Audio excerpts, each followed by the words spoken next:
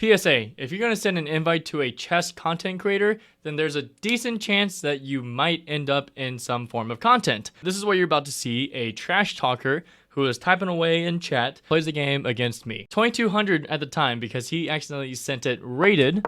And yeah, there's a little spoiler for you. Anyways, I played the Trompowsky and we see c5. It's happened before in previous videos and I always still forget what the actual move is. And the right move is supposed to be d5. It wants me to play it now. It wants me to take and then play d5 now.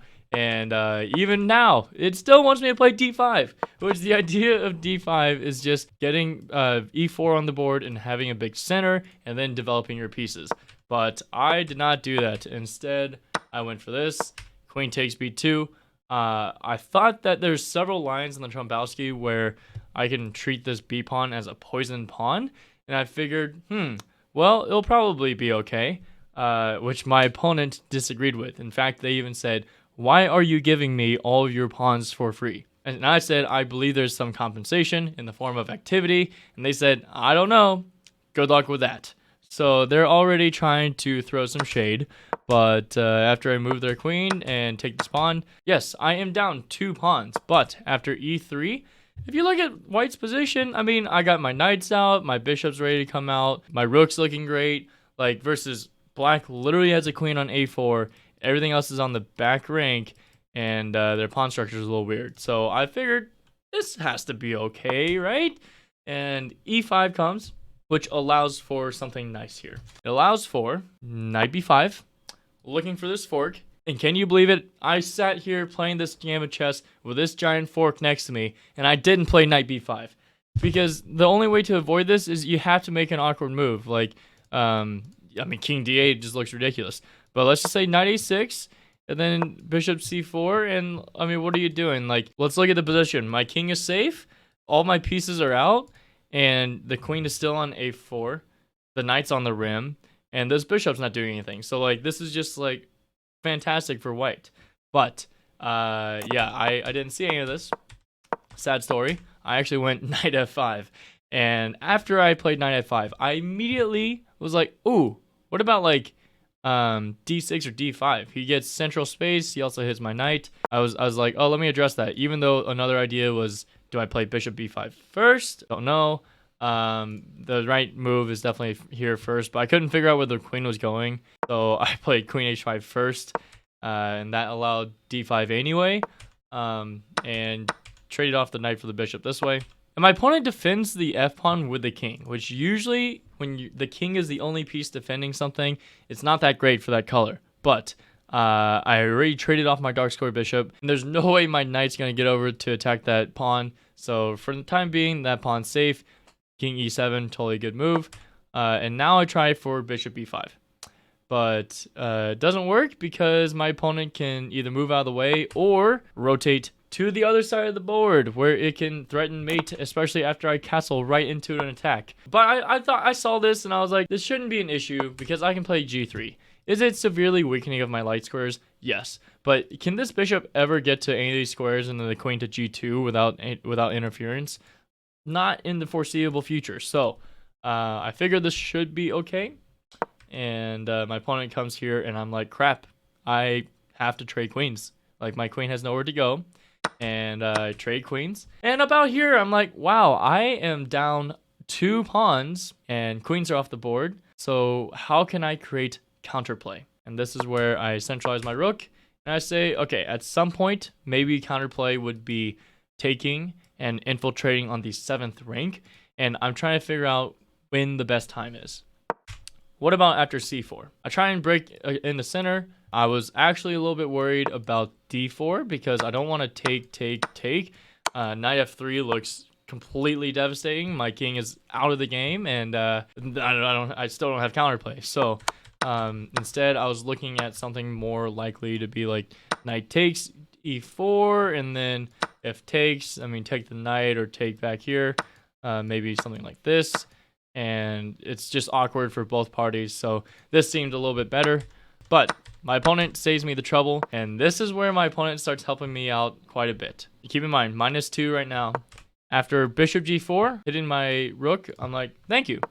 if I'm going to try and break through on the B file, I might as well try and break through on the C file. That was the whole point of playing C4. And then they play A6, which I already was looking at taking this knight. If I already want to take the knight, black is just giving me an extra tempo to do exactly what I want to do and break through. And another pivotal moment right here.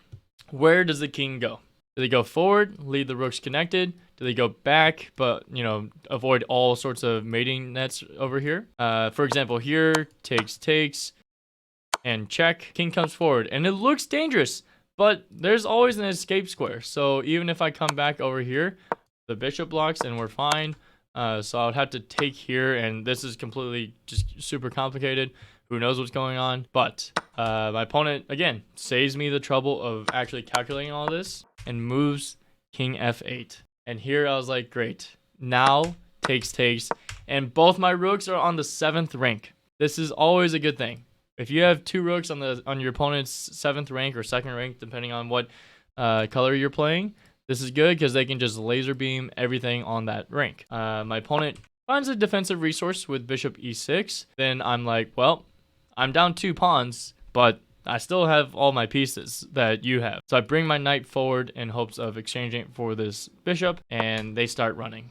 And I'm like, that doesn't change my plan. So here, my opponent has to move the king to keep advantage, but instead, they blunder completely. I take the bishop, and you can't even take it back with the pawn. You have to take it with the rook because the pawn is pinned, and now I take the pawn, king moves, and I should have just taken h7 immediately because the black king just has nowhere to go. I was like, okay, let me try and create a mating net. And only here was I like, there's no mating net.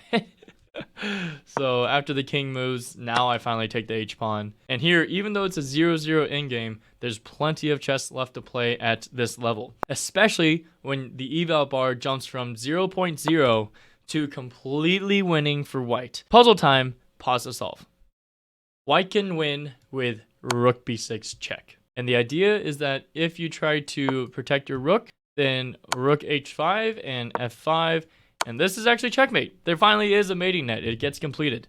But instead of all this, the other option would be king over here, and then you lose your rook. And even someone like me would not mess up this game up a rook with 6 minutes on the clock. And I hope that's true for all of you sitting at home as well. Unfortunately, I did not find this. Instead, I was like, let me try and simplify the game a different way. Rook a7. Get rooks off the board. And from here, I'm like, look, I can monitor this past a pawn. That's black's counterplay, right? But what I didn't realize is, wait. The king is coming over. Can play f5 at some point. I gotta start worrying about my pawns racing down. In some world where I can actually calculate further out, I'm assuming that this rook and king can stop enough of these pawns where it'd at least be a draw, if not a win for black. So I bring my king, and they play this move, which wastes time. So I'm like, okay, I get a little bit of time back. Off to the races. H4, H5, and now they move back. And so I'm thinking, before I continue racing up, I need to try to cut off the move f5. My thought was after f5, rook g6, and the king has to move, but I'll just take anyway, and then g5. I was like, okay, 2 passed pawns. Like, how can black possibly stop them? As you can see, black is for sure in time. They just go back and they stop these 2 pawns. And in the meantime, before my king gets over, they promote. The better move would have been h6. Now I'm like, oh, duh, h6. This is the rule of the square. Like, the king cannot get in the square in one move, so I can just promote 1, 2, 3. And this a-pawn's so far away that it doesn't matter. Fortunately, my opponent didn't even challenge me with f5. Instead, they played rook d8. And the idea is that they're monitoring the promotion square, which is also very natural. But now I get to push. My pawn is officially planted on h7. And now that a5 comes on the board, my opponent offers me a draw. But if you notice the eval bar, it says plus 9.8. I didn't see it during the moment, but I have this theory. Look, in an online game where nothing tangible is really on the line, I'd rather learn and lose now for the investment of my chess journey in the future. So this is me trying to practice my endgame. Right after this draw offer was declined, I calculated 1, 2, 3, 1, 2, 3. And if my opponent ever tries to play rook a8, then I can just play rook g8. And since I am faster here by one move, and they have to waste a move to play rook a8, by playing rook g8 at that time, I will always be faster, and it should be completely winning. So that's exactly what happens. They start pushing, and once I get to king g6, they push, I stop it, and they try one more trick, d4.